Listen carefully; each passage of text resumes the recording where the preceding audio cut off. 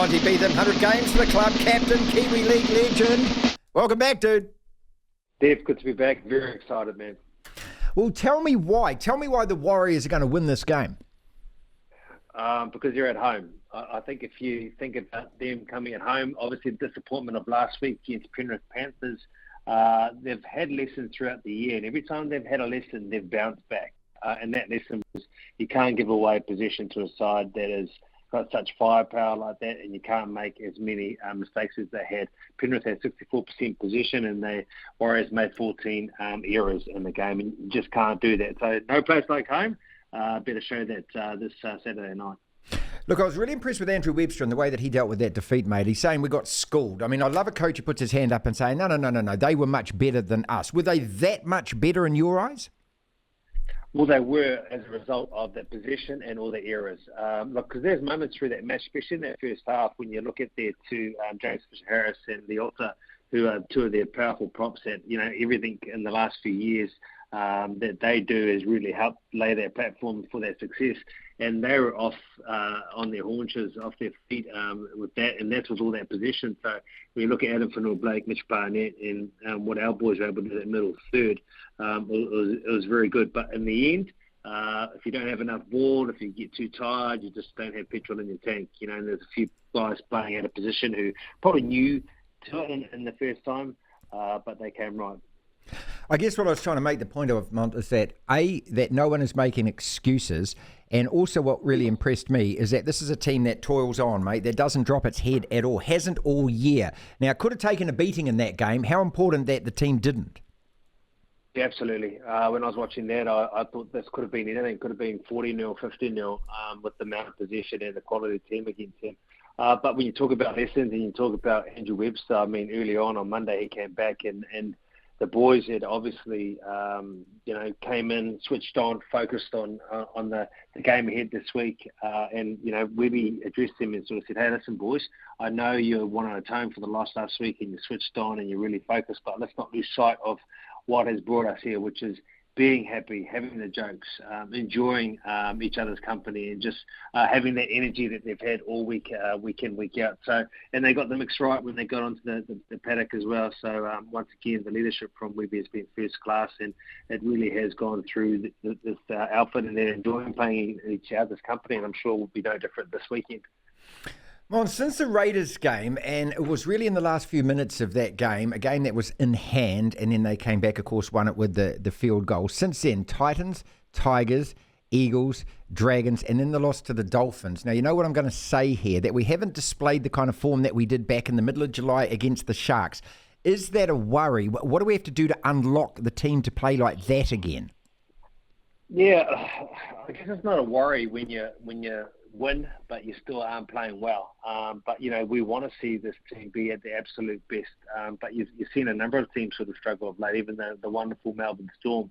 But it all comes off defence, and that's the main thing you've got to get right, is defensively be a lot sound, a lot better there, because if you can have that resilience, if you can stop them defensively, you gain that confidence, because we know the side can score points. It's just about getting down the other end of the field. You've mentioned it. It hasn't been the best run of form of late, but the guys don't lose that overnight. They know it is going to be there, and it's just about them getting up. And I think how we challenged the boys was everyone individually just make sure that you come switched on in what you're doing, because you don't lose what processes you don't lose the policies that you know and work in. It's just about you making sure you switched on for longer periods of time, and that's what he did. He challenged the boys to do that. Okay, I want to get on to Newcastle in a second. I've got a couple more questions for you about this. Your experience in playing finals and so forth, how big a difference is it? What kind of step up is it? What kind of advice, if you were giving any to the players about this game, would you give them? Oh, look, it's faster than anything you played before. If you play test match football, you'd understand, because that's the type of step up, the intensity is. Even from a spectator's point of view, you see the difference. You can notice it. Of the game. Yeah, you can see the aggression in the types. But, it's one thing to watch and see it unfold. It's another thing to be in those actual systems and feel the pace, feel the speed, and then not get lost or caught up in just what happens. It feels like an eternity, but it's gone in the blink of an eye. So that's when you just got to have your leaders in and around you just talking to everyone, making sure that they're nice and calm and connected, and just stick to what they do well, which is their policies and the processes. I know people don't like that word process, but it is a big part, especially in finals football, because the people like Panthers and Melbourne Storms that have been there and done it before, they don't feel any sort of pressure. And I'm sure at home it is going to help that cause. Even if you do get something wrong, you just got to jump back on and defend that. And when you're at home with that crowd and support behind you, it will make a difference. Newcastle come here, they've won 10 in a row, including that first finals game, and that was a rip-roaring game against the Raiders. And I thought, said a lot about their team as well, because they had that game, Monty, and then they almost lost that game, but then they came back and they won that game. So it just says a lot about their character as well. How are they dangerous? Where are they dangerous? Well, they're dangerous across the park. There's no doubt about it. They've got a lot of speed, they've got a lot of X factor, and not really in the positions that you'd think, like in the spine. They haven't got the big names in the spine, and of course they've got Jackson Hastings out this weekend, which is not going to help their cause. They've got Adam Clune come in, but Kalen Ponga, he's the best fullback in the competition without a doubt. Dom Young, Bradman Best, Dane Gagai, Greg Marshall, that back five has been in exceptional form. They're big powerhouses with exceptional speed. And, when you've got someone like Kalen Ponga who can just unlock and just, in a very short period of time, he can just cause havoc for defences. You think you know what he's doing and you have a plan for it, but when it unfolds in front of you at that speed, you just make silly decisions. And when you make those silly decisions, he's got the ability to pick out the ball carriers in and around him. So that left edge, Bradman Best, Greg Marshall, Kalen Ponga is one you've got to watch out for this weekend. And, can we read anything into the two games that have been played, which was split the opener in Wellington and then losing to them? Can we read anything into those? Look, don't forget in that first game in Wellington that Kalen Ponga went off for the back end of that. So some might say you can't because they had their key player, although he wasn't as influential back then as he is now. That was gone for a very long period of time. But, I missed the last game because I was overseas. But I know that when you talk about resilience, this Knight side has just got as much resilience. Of even their losses throughout the year, they've been very tough throughout. So it's going to be an exciting game, but you really do have to make sure that you stop Kalen Ponga and defensively be sound, because attack-wise, when you win 10 games in a row, they're very good at it. But I'm saying that, they always say in rugby league, when you win that many games, you're closer to a loss because it's just that harder competition. Yeah, that's it. 10 in a row, that is something. That's something. Isn't it weird, though, eh? Because I'm thinking the same thing. I'm thinking 10 in a row, they must be due for a loss. But hang on a second, you've just won 10 bloody matches in a row. Final question on this bit before we move to the Storm and the Roosters game is if Newcastle were playing at home, would they be favourites against us? Yeah, I think they would be. If we were going over there to McDonald Jones Stadium off that run of form, 10 wins in a row, but even at home, like that is a hard place to visit. Just like it will be here at Go Media Stadium on the weekend, it's a tough place to visit. But when you do win those games, you just get into a groove and get into a system, and that's what they do very, very well. When they go through those moments, because I honestly thought at halftime last week against Canberra Raiders that the Canberra, winning 16-6 up, that they were going to run away with it. But, through that Kalen Ponga brilliance, he found his way back in, and then the crowd had something to cheer about, which helped him come home as well. A lot of wonderful players, but, if you can stifle someone like Kalen Ponga, I think you go a long way to winning that match. You can hear the excitement in his voice. Monty Betham, we're ramped up at 6 o'clock on Saturday night. Warriors home to the Knights. It's a winner-take-all, and we know what awaits. We know that Brisbane await. We know that Penrith await whoever wins out of the Storm and the Roosters. The Storm was shellacked last weekend. Now they play a Roosters side that I think they've won 6 in a row as well with a bit of confidence up. How do you see this one?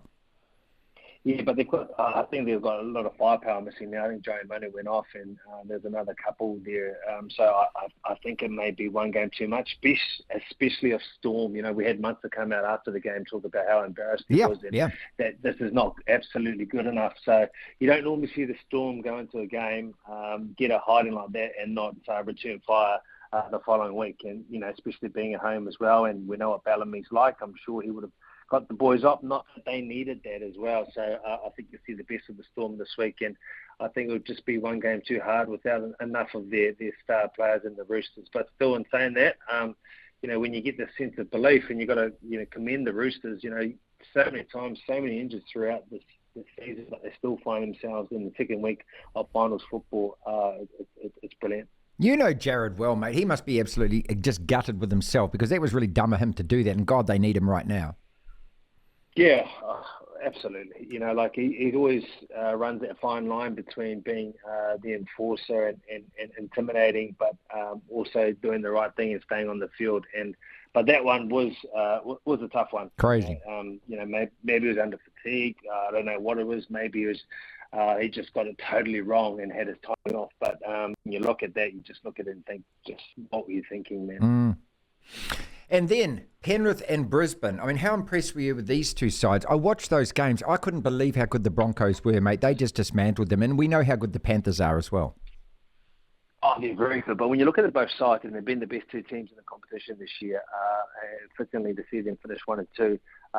You look at the X factor in the Brisbane side, and you just think, you know, if there is anyone to challenge the best defence we've seen in some time, and a long way better than anyone else in the competition from Penrith, you need the likes of Reece Walsh, you need the likes of Tony Staggs, and what this Brisbane side is bringing together. You know, when you think about Penrith Panther and their legacy over the last 3 years, this could be a new start or a new era for Brisbane Broncos because there's a lot of wonderful players and they're very young too. A lot of Queensland players, and the step up that most people don't recognise or understand from NRL to the final series, they are fully aware of that because, you know, they've played Origin and alongside each other too. So there's a number of great players in that Brisbane side. Mons, you've been around the club all year in your role as a mentor and ambassador and everything else. When you walked in at the start of it, and I saw you that day at the very first press conference when Weeby was there and stuff like that. I mean, you know, looking back now, look at what's happened in this season, man. I mean, the season's not over or anything, but I just want to know what's it like out there. It must be a bloody great place to be hanging out at the moment. Oh, it sure is. And Dev, I know what it's like when this place isn't going well and everyone's on eggshells and the public are against you and the media. But there's a lot to like. But I tell you what, from day one, this side went out there and they earned it. They knew what they needed to do. But to have that buy-in in a year and to go from the worst defensive team in the competition to the third best. Yeah, that's the key. And that space in one of the hardest competitions in the world is one thing. The belief, the fitness, and just the way the boys like each other's company. And when I had Cameron George on Once a Warrior the other day, and what he said made a lot of sense too, is they needed more good people at the club. And every buy and signing that they've got of late and throughout that period was good people first and then great players second. And then, you know, that's a sign of good coach when you get the majority of your side having career best seasons. Man, this is good. This is cool. I can't wait for this game, mate. I mean, this is just, it's a wonderful way. The season hasn't ended, but it's a wonderful way to bookend this part of it, the home part of the season. Oh, absolutely. They had the fourth home semi-final in 29 seasons, right? And like I said, you can liken this team to other teams in the past, and we've had good teams throughout the history of the competition, but we've never had a crowd and a game experience, match day as good as it is now. So, you know, it's kudos to the fans out there, and Webby always says when the boys turn up and the players are out there on the field, the fans are there waiting. They're here in force.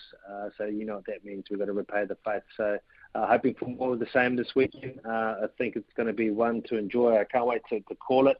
I think it's going to be emotional, and it's going to be a really exciting time. You've got Channel 9, you've got Fox coming over as well, so there's going to be a lot of people on the sideline.